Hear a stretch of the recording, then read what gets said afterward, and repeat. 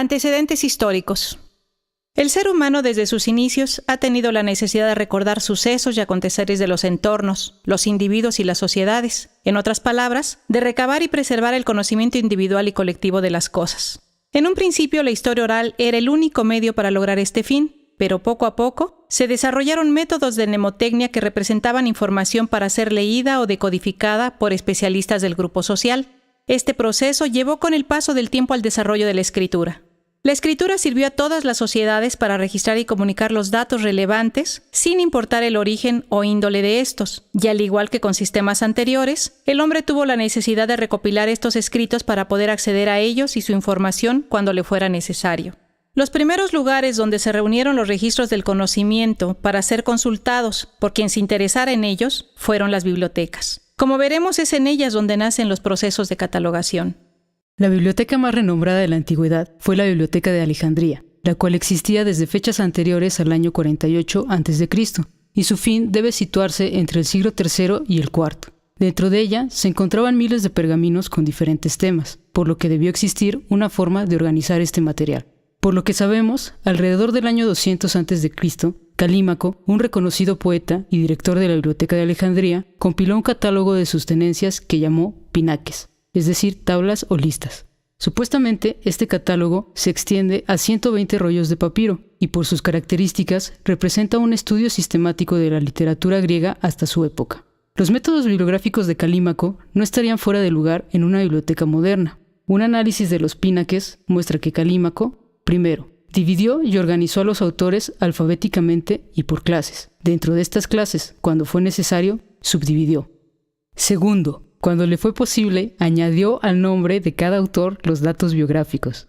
Tercero, aparecen bajo el nombre de un autor los títulos de sus obras. Y cuarto, cita las palabras de apertura de cada obra, así como su extensión, es decir, el número de líneas que la componen.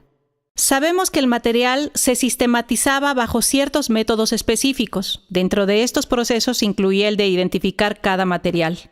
Los griegos, para distinguir unos rollos de otros, fijaban una especie de etiqueta en el borde superior del rollo en la que se escribía el título. Los romanos le llamaban título o índex, y los griegos silibos. El receptáculo de madera o piedra donde se guardaban los rollos era llamado por los griegos biblioteque. Siguiendo con los avances en el manejo del material, podemos decir que en el siglo XII comienza la clasificación por autores.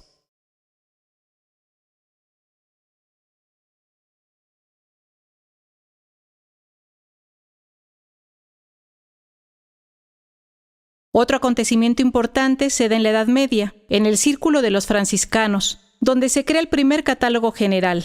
A finales del siglo XIV, en 1320, la Orden Franciscana envía a 186 monasterios cuestionarios relativos a sus fondos bibliográficos. Con las respuestas se elaboró el Registrum Librorum Angliae, es decir, el catálogo de libros de Inglaterra, el cual conforma el intento más antiguo que se conoce de un catálogo general para un conjunto de bibliotecas, con indicación de en cuál de ellas se encontraba un determinado ejemplar.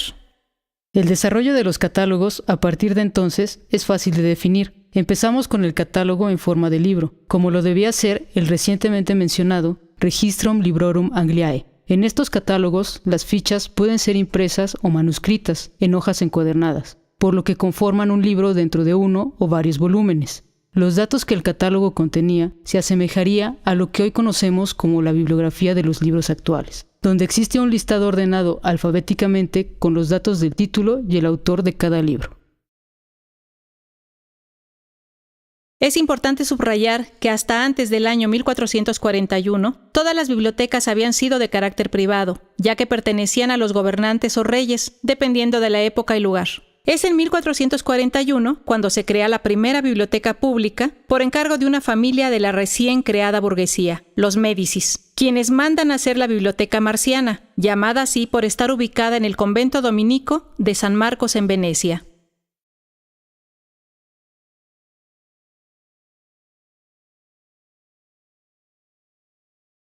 Volviendo al desarrollo de los catálogos, que para la Edad Media eran en forma de libros, a mediados del siglo XVIII sufre una transformación definitiva en Francia, donde el catálogo en forma de fichas o tarjetas comienza a utilizarse. Este tipo de catálogo se encontraba hasta hace pocos años en todas las bibliotecas. Actualmente hay algunas bibliotecas o centros de documentación que lo mantienen, junto con algún tipo de catálogo más moderno. Se ordenan casi siempre de forma alfabética.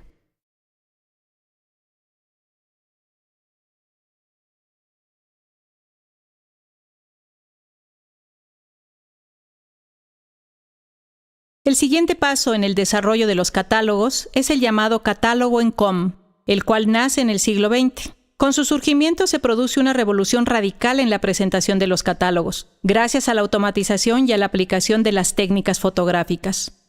Sus siglas COM significan Computer Output Microfiche, o bien salida por microficha de computadora. Este sistema, producido como su nombre lo indica mediante computadora, tiene la ventaja sobre el catálogo de tarjetas o fichas de ahorrar espacio, sobre todo cuando se trata de grandes catálogos, puesto que las fichas se presentan en microfichas, parecidas a diapositivas u hojas de contacto fotográficas. Su consulta exige el uso de aparatos lectores, ya que en una sola microficha se encuentran varias fichas del catálogo. Podríamos decir que se asemejaban a fotos miniaturas de las fichas originales. Este sistema no tuvo mayor aceptación debido a que el uso de esta tecnología tenía un costo elevado para el archivo. También es en el siglo XX cuando aparecen los grandes catálogos colectivos y los ordenadores permiten la consulta directa por medio de terminales Online Public Access Catalog, conocidas por sus siglas como OPACs, accesos públicos a catálogos en línea.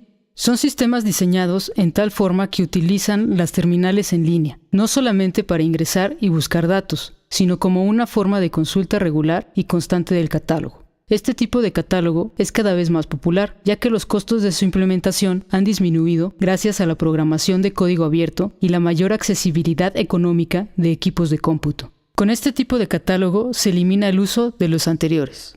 Hasta ahora nos hemos enfocado en las bibliotecas y los catálogos, porque como habrán apreciado, los catálogos que utilizamos en las fonotecas son muy similares, o incluso los mismos, ya que en muchas ocasiones la fonoteca forma parte de una biblioteca. Pero, ¿cómo es que nacen los objetos que dan vida y sentido a las fonotecas? ¿Cómo surgen los fonogramas? Tomaremos como inicio el año de 1860, cuando el tipógrafo parisino y experimentador Edward Leon Scott de Martinville produjo la grabación más antigua conocida de la voz humana y la grabación conocida más antigua de la música en su fonoautógrafo, una máquina diseñada para grabar sonidos visualmente, pero no para reproducirlos. Posteriormente, uno de los inventos más conocidos en el mundo del audio sucedió el 12 de agosto de 1877, cuando Thomas Alva Edison inventó el fonógrafo. El fonógrafo de Edison grababa en un cilindro de metal envuelto con papel aluminio. En la primera prueba de la máquina, Edison recitó la poesía infantil María tenía un corderito, grabación icónica hasta el día de hoy. Después de su presentación, el 24 de diciembre, Edison solicitó la patente para la mejora del fonógrafo o máquina de hablar, la cual fue concedida el 19 de febrero de 1878.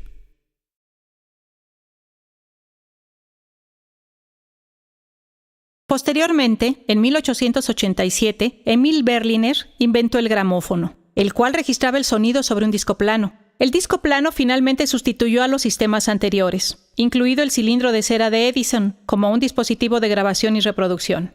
Es el gramófono el que permitió el nacimiento de la industria discográfica, es decir, los discos ya eran suficientemente resistentes para ser utilizados en los hogares.